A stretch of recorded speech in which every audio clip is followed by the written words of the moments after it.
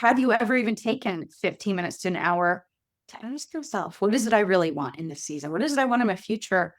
What would bring more joy to my life?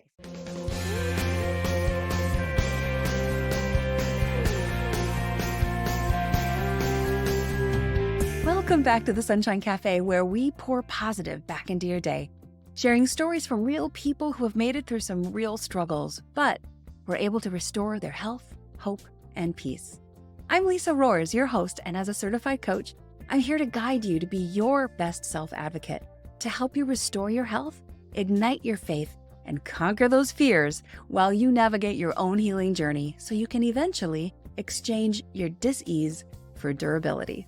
If you're looking for hope and encouragement to live a life you love, then you're in the right place. Let's dive in. Hey friends, and welcome back to the Sunshine Cafe. Can you believe it? We are nearly to the end of February already. Wow. Every now and then I think about that fresh excitement I had at the beginning of the new year, all the things that I was going to do and accomplish and dream. Well, have you noticed how the excitement and the joy of that fresh new year can start to kind of fade? We set big goals and dream big dreams as we enter the new year, full of energy and motivation. But sometimes, without the right focus and action, we slip back into old habits. That initial momentum begins to wane, and our goals seem a little further out of reach than we hoped they'd be. But let me tell you, your goals are never out of reach. And so you can tell that little gremlin in the back of your head to just take the week off, because the good news is it's never too late. Never too late to realign and reignite that spark. Today, I'm sitting down with a dear friend who has an authentic heart for encouraging women to realign their lives with what really matters. She is on a mission to help women rediscover their passion, live in joyful alignment, and step fully into their purpose. If you've been feeling a little off track or just need a dose of inspiration, then this is the episode for you. So let's dive in. Hello and welcome back, friends, to the Sunshine Cafe podcast. I'm Lisa Roers, your host, and today I have with me a longtime friend, Kristin Fitch, who I will tell you has a seriously soft spot in my heart because way back when I started podcasting, she was my first interview. And so she's just a longtime friend who's actually taught me a lot about how to do what I'm doing. And so she brings a lot of joy to my life. And I know you're going to be very encouraged by Kristen. So Kristen, welcome to the show. Thank you so much for having me. I'm so glad to be joining you today, Lisa, and joining your audience as well. Yeah. So you have a couple of podcasts, actually, one called Faith-Filled Woman and another one called Building a Life You Love, both topics of which really resonate with me. And I just think both of those are great, great topics for any of us to dive into. But I'd be really curious for you just to share, maybe as a point of introduction, help us get to know you just a little bit better, how you moved into those two areas, how you launched those two podcasts, and what kinds of things brought you there. Yeah. So I actually first launched Building a Life You Love podcast.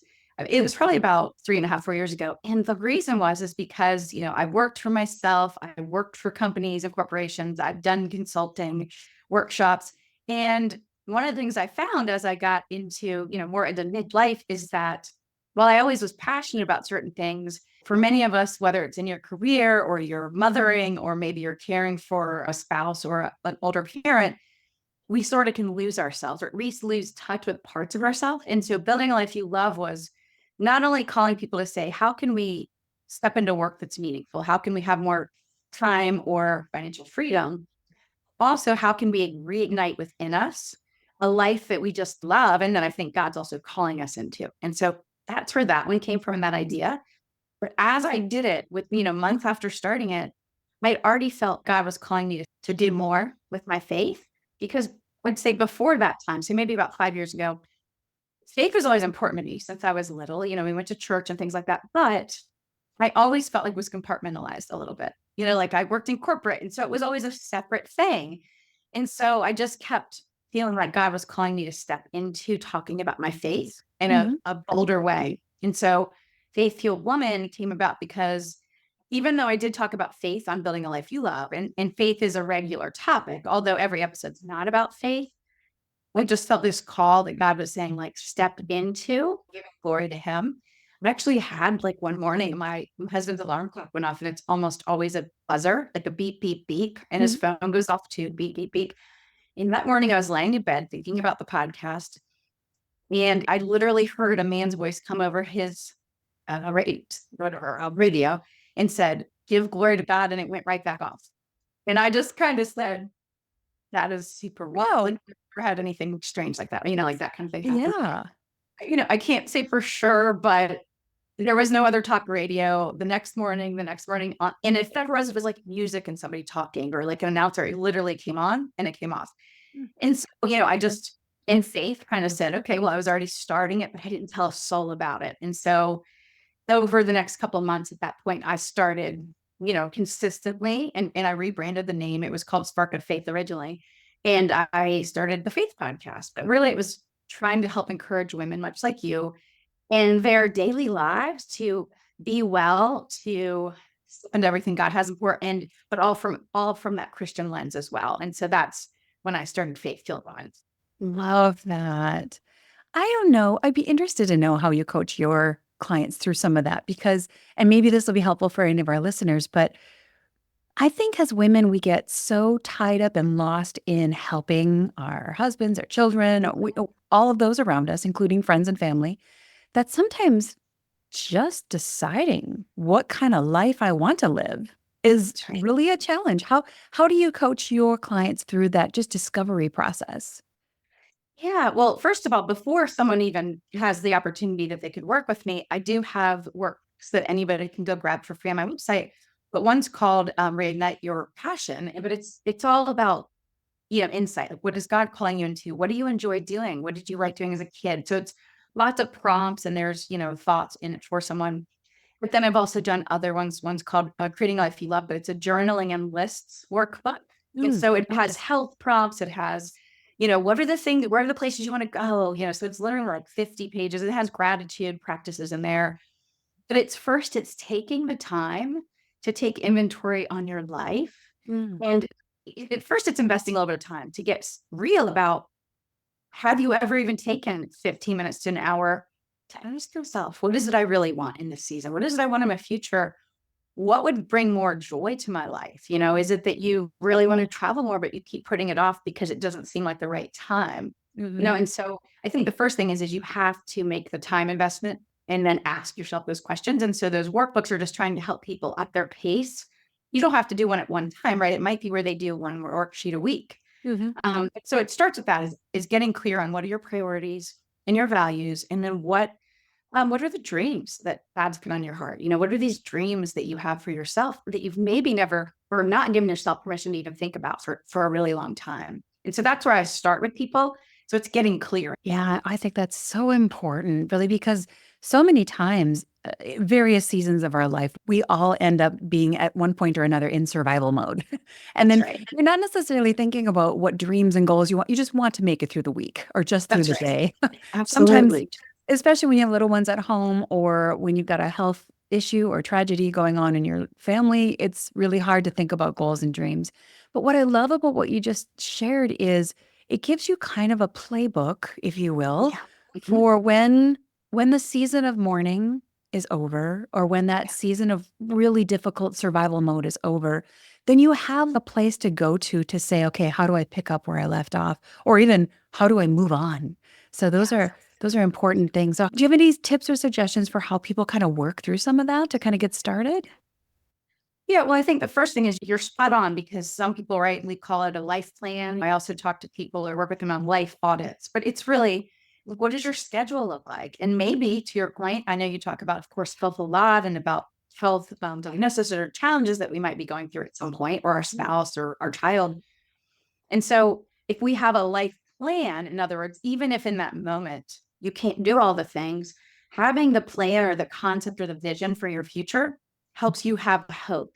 Right. Mm. And so even if you can't do all the things, or I've had lots of guests on that have some sort of chronic illness, and then we talk about how, and even in the midst of a long term chronic disease or illness or challenge, can you still live life to the fullest with whatever that means to you and in your circumstance? And so I think part of that is perspective Mhm. and mindset, right? Like maybe if you have something you're struggling with in your health, or just maybe a personal, like a struggle in your marriage or something, It's how do I still find joy in my daily routine, my daily life, even when things are really hard, right? So I think part of that is shifting to that gratitude and that thankfulness, even if you're going through something that's a struggle, and you don't feel well every day.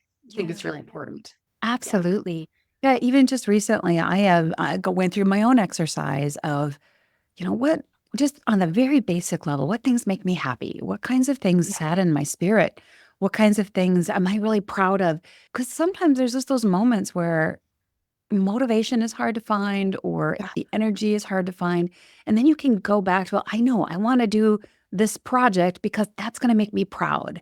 And like you Yeah. said, if you focus on the feelings and the situations, the realities that are awaiting us, Mhm. it's more easy to develop that motivation. Absolutely. And I think sometimes it is shifting perspective sometimes, but it's also asking different questions. Mhm. You know what I'm saying? So whether you're going through something hard or you're just busy, like you said, and you're just getting through the day because maybe your kids are younger than mine are now, right? Mine are high school and college. So while they're still all at home, and so I still make dinner regularly and all those things, I don't have to drive anybody anywhere anymore. And Yep. so my schedule's not as booked up with all those things. So Mhm. whether you're somebody that's just trying to get through the day or you're somebody that's going through a hard, health season or something else, it's asking different questions. So that's everything from saying, what do I really need today that's going to fill up my tank a little bit more or things like that. So it's because sometimes I can get so stuck in like you said, I'm just frazzled. Mm. Well, how do we even take 5 minutes? Mhm. I say we should regularly take meaningful breaks.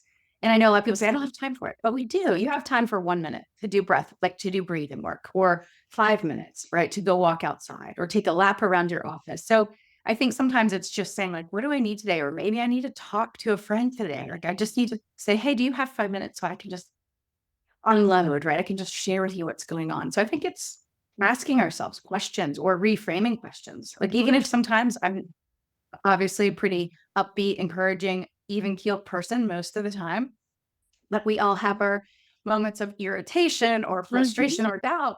When something like that creeps up, let's say it's even like some girlfriends are going out to do something and you can't go or you weren't invited, but not on purpose. I have to remind myself if I start having a little pity party for myself, like, hold on, was anything intentionally done to you? No. Is this good for them? Yes. Like I start asking different questions and then I can come back to a place of gratitude or thankfulness for those friendships and that it doesn't affect me, right? My ego doesn't have to get involved in that anymore. And so that takes practice, but you know, it's challenging yourself and asking the questions instead of just letting yourself feel something, I think. Yeah, very true. And it's getting to that point where you're willing and able to prioritize yourself a little bit, Yeah. knowing that if you prioritize yourself, you're going to have the energy and the strength. You've kind of filled up your cup so you're able to help and pour into other people. Absolutely. And I think as women, a lot of us can feel like it's selfish to do Mm. that, or to Mhm. think about dreams and hopes when you're busy.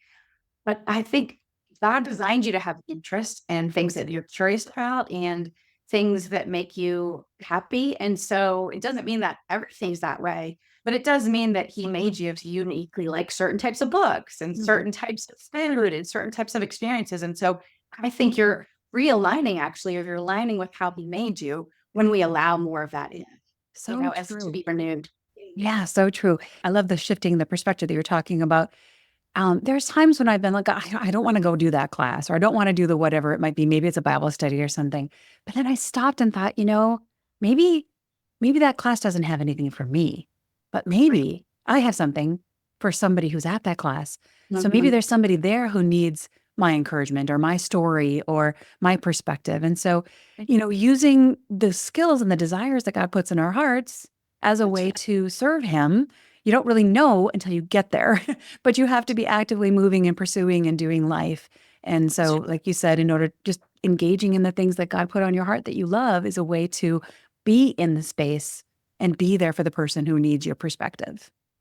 Absolutely. I mean, there's so many examples of that where, yes, we want to have maybe future dreams, or maybe we have a future goal, writing a book or starting a business or a podcast, right? Something, but that might not be for today yet, right? We may not be ready or be able to yet. But sometimes we get jaded, might be the wrong word, but jaded in a position we're in or a job we're in or in a church. And I'm not saying there's not a time to leave something, but what I'm saying is sometimes it's a perspective change we need. To your point, being like, if I'm like, this job is driving me crazy. Well, that might be that that's a sign if you keep having that desire for something different and it's really maybe not a healthy place. Yes, you should look at options.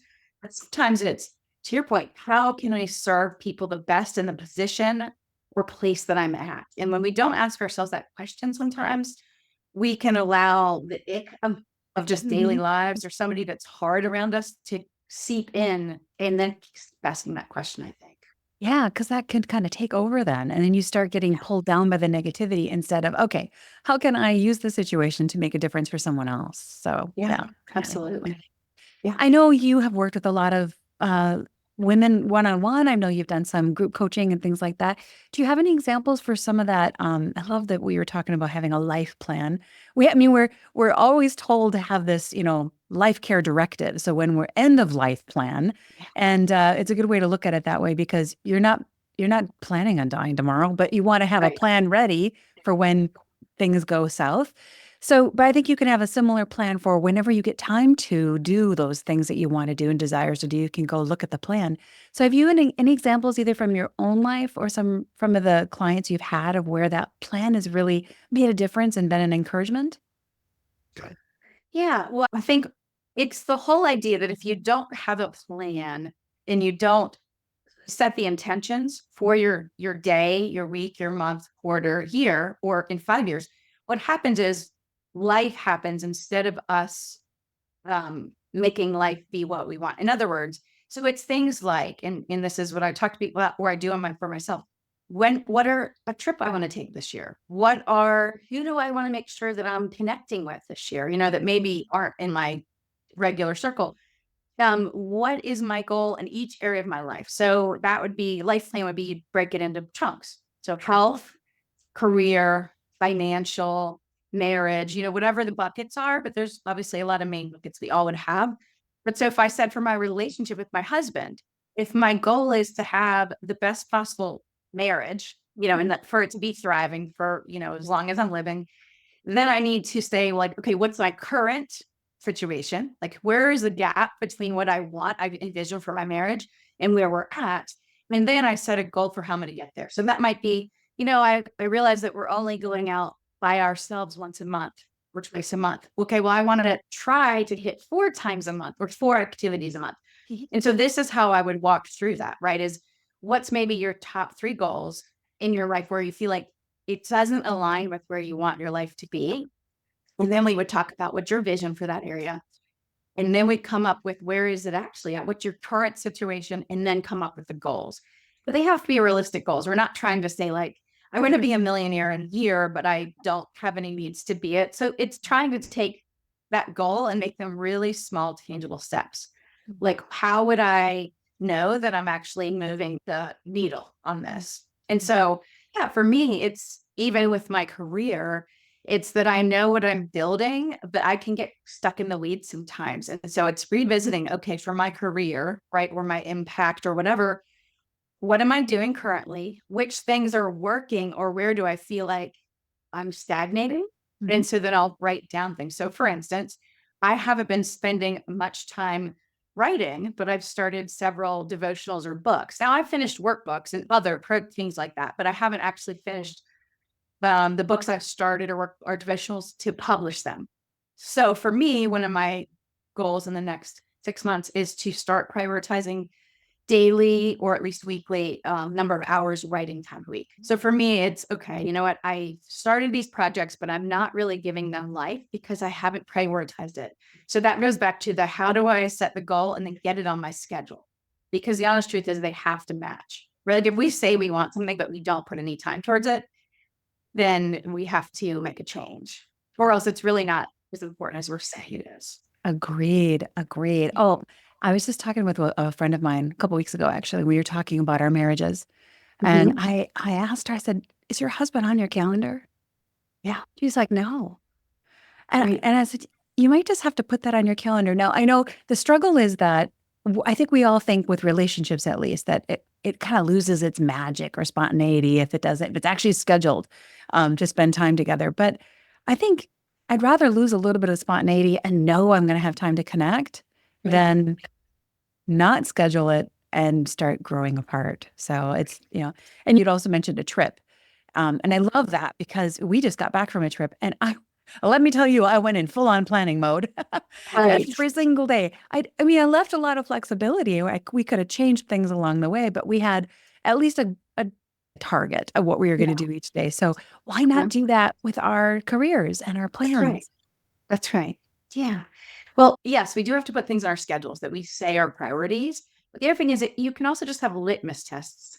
So it's not that you have to say, on every Thursday night, it's date night with my husband. I mean, that's good, but it can also be looking at your month in the past too and saying, how many times did I connect with my spouse? Right. Because if you're both busy or your kids are young or one travels, you have to have quality time together. Right. And so sometimes now my husband and I, and not just to go out thing, but we'll just go ride our bikes through the neighborhood. Well, it might only be a 15-minute bike ride. It might be a 45-minute bike ride, Mhm. but that's just an extra thing we're doing, to have a little time together. And we're not sitting there watching a TV show, which we do. He likes to do that too, because that's for him, right? That's like his relaxation or escape late in the evenings. That's time for us to connect where we're actually talking because we're holding our handlebars. We're not on our phones or we're not watching some other screen. So it just needs to be, can you do a litmus test? Can you just check in with yourself? Like, if these are my priorities for my health or my marriage or my career, or are you making progress? Right. And so a lot of it's just checking in and then being honest about where you're at with your progress. Yeah. And being okay with, that didn't work. I'm going to shift and do something That's right. different. Yeah, We do all absolutely. have such a tendency to kind of, well, of course, we, want to steer away from failure and towards success, but failure is part of success. It's part of the stepping stones to getting there. So giving ourselves that freedom is nice. Absolutely. Actually, I just had a great interview with a previous woman pastor and total teacher. She's written 2 books. Her last book just came out this month called, I think it's Entrusted to Lead. But she said something really great about failing. And it's something basically like this. He said, God even loves our attempts, right? And it kind of has joy for them, even if it looks like a failed one to Mhm. us. In other words, he applauds and encourages us to keep moving and trying. The outcome is not what matters, right? It's that we're showing up and trying, showing up and trying. That's with life, that's with our careers, right? It's to be consistent or keep trying. And so, I thought that was really good. It's like he loves our attempts. He doesn't Absolutely. care if the outcome isn't what we expected it to be. Mhm. That's so true. Kristen, yeah, I think about like our son right now and all the things that he's experimenting with in high school as far as, music things and whatnot. And yeah, to that point, no, I'm not God, but maybe God looks at it like this. Like if my son tried something and failed miserably, I would so applaud his initiative to just give it a That's go. So we have to kind of think about it that way. If we can't quite imagine how God would see it, we are created in his image and given the same kind of desires and so it makes a lot of sense to look at our own children that way the way God would look at us. right. Absolutely. Yeah. Well, that's fantastic. I love that. Okay, I want to ask you about something else that I saw also in your bio and whatnot, and that is this thing called Joy Camp. Oh, Tell me a so little bit about Joy Camp. so it's been on pause for a little bit because I think, let's be honest, it's the whole what do you call it? Insecurities thing where I started that concept last summer, but I wasn't really sure if it was taking off. And so it kind of got paused. And then this summer I was like, okay, Joy Camp, just well, it's a place and it's a process in which I help people in the different areas of their life find more joy. And so walking through different things. But the idea is just that it's through the Holy Spirit that we truly find joy. And it's how do we find more joy in our everyday lives? So basically it's helping people in all areas kind of embrace that. And I basically say, like, how do we live in joyful alignment? So that's basically right. How do we remember what God's calling us into? How do we step into the impact we're supposed to have? And then know that it's about meaningful relationships, deepening our faith, and then stepping into those things that, excite us or we're curious about. And so that's really the idea behind Joy Camp or joyful alignment. Love that. I'll tell you what, when I saw the words Joy Camp, I was like, yeah, sign me up for that. Yeah, That sounds awesome. awesome. Well, thank you. I appreciate that. Because sometimes, it's hard when you're doing a lot of different things to know which things resonate when it's a new idea, that's kind of sitting there. And I did do a podcast test for Joy Camp, but like I already had too many things going on. So that's just sitting there. But You do have a lot of things. You're making a difference in a lot of people's lives, and I love that. So, cool. Thank you. yeah, tell me a little bit about where people can find you, like what's your website and your offerings and those kinds of things. Sure. So yeah, the best place to find me is KristinFitch.com, but there you can connect with me where you can grab some of my freebies. I have the Reignite Your Passion. I have a joyful living devotional that you can go grab. I'm on Instagram. It's at Kristin Fitch. And then you can also get to my podcast from my website, but I'd say the main one is Faith-Fueled Woman. Okay. But I would love to hear from people. And yeah, I am offering one class right now that's just coming out. It's called Create a Life You Love. It's a 6-part series. And so we kind of walk through these different sections, but people can do it self-paced. And of course, there will be several live components as well. That's the other thing people can check out as well. Wonderful. I will make sure those kinds of links and whatnot are in the show notes. So to just kind of maybe wrap up our conversation, there's so many things that I know you offer, and we're probably have to have you back on another podcast because I know you have a lot of different directions that our conversation today could have gone. But given that you've helped so many people and worked in this area for such a time to help people get life plans and gratitude and helping people through, a variety of struggles, is there any big surprise or major encouragement that you can think of that would be helpful for our listeners? Anything that you worked through, surprises or anything that kind of surfaced and were really helpful? I think the main things I would just say to people, and one of the reasons is walking with my dad through his advanced Parkinson's is, I think, just maybe 3 things I would share about that. I think one is you can never give up hope. I mean, he has so many days that are super hard. He can barely get up, freezing a gate. We have so many issues, but it's like he still every day holds on to hope.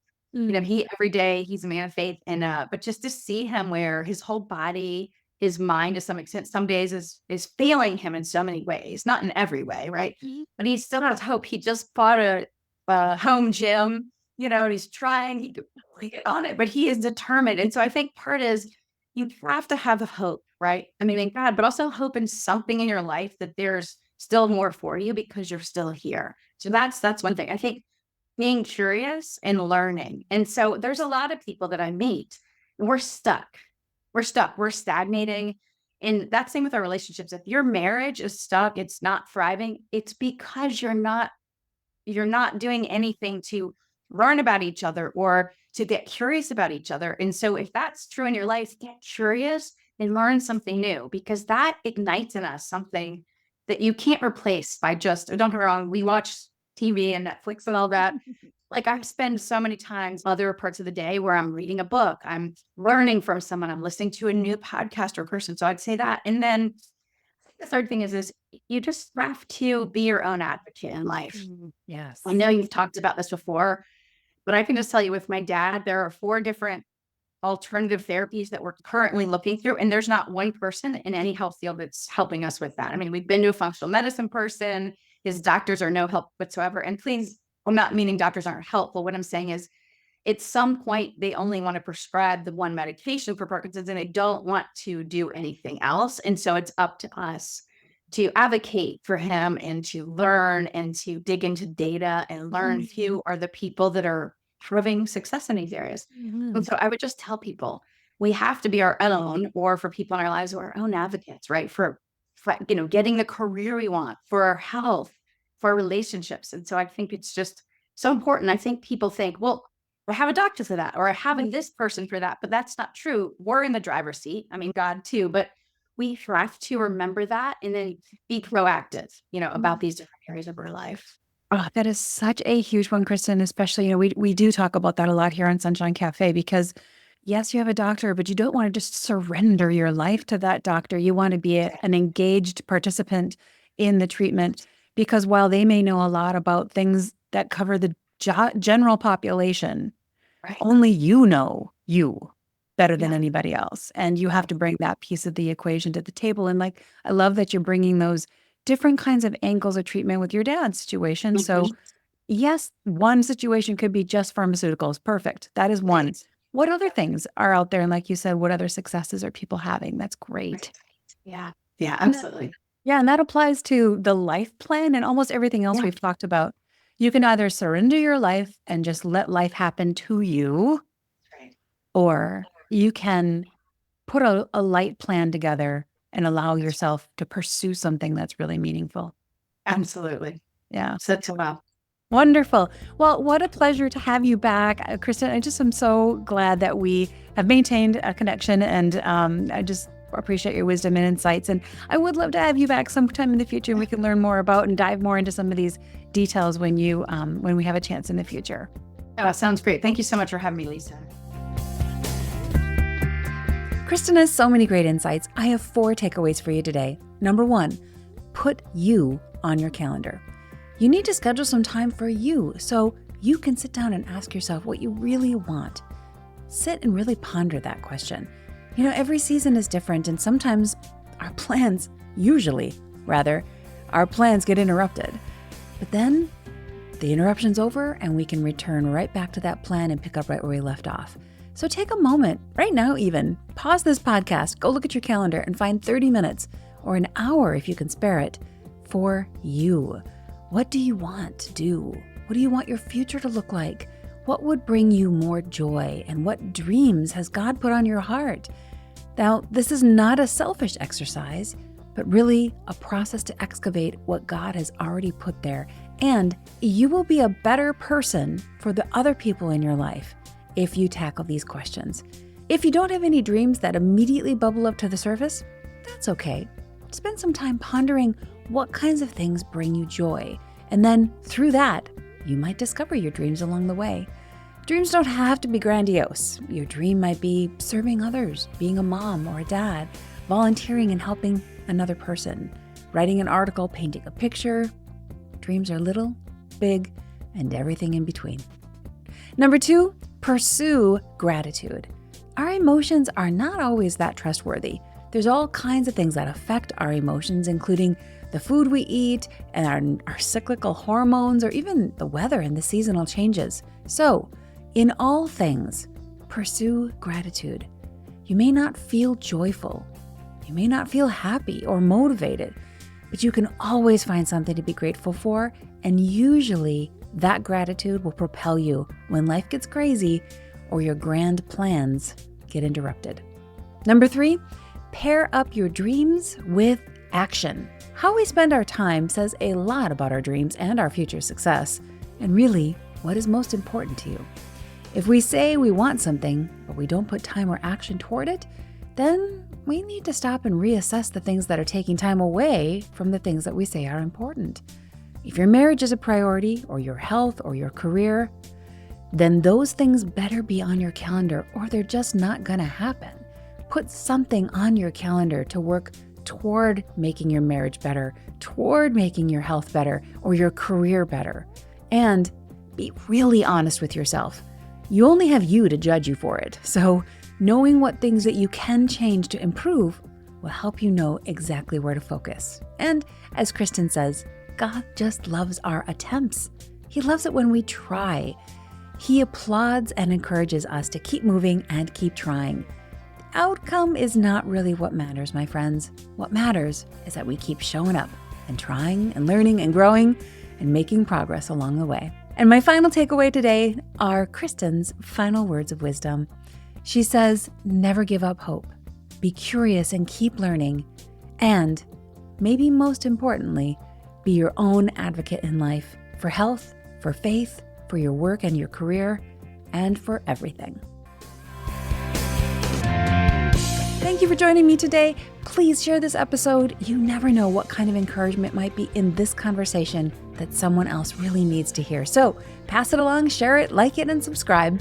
Let's flood the world together with more encouragement. Until next time, my friends, stay encouraged and be inspired. And we'll see you next time right back here at the Sunshine Cafe.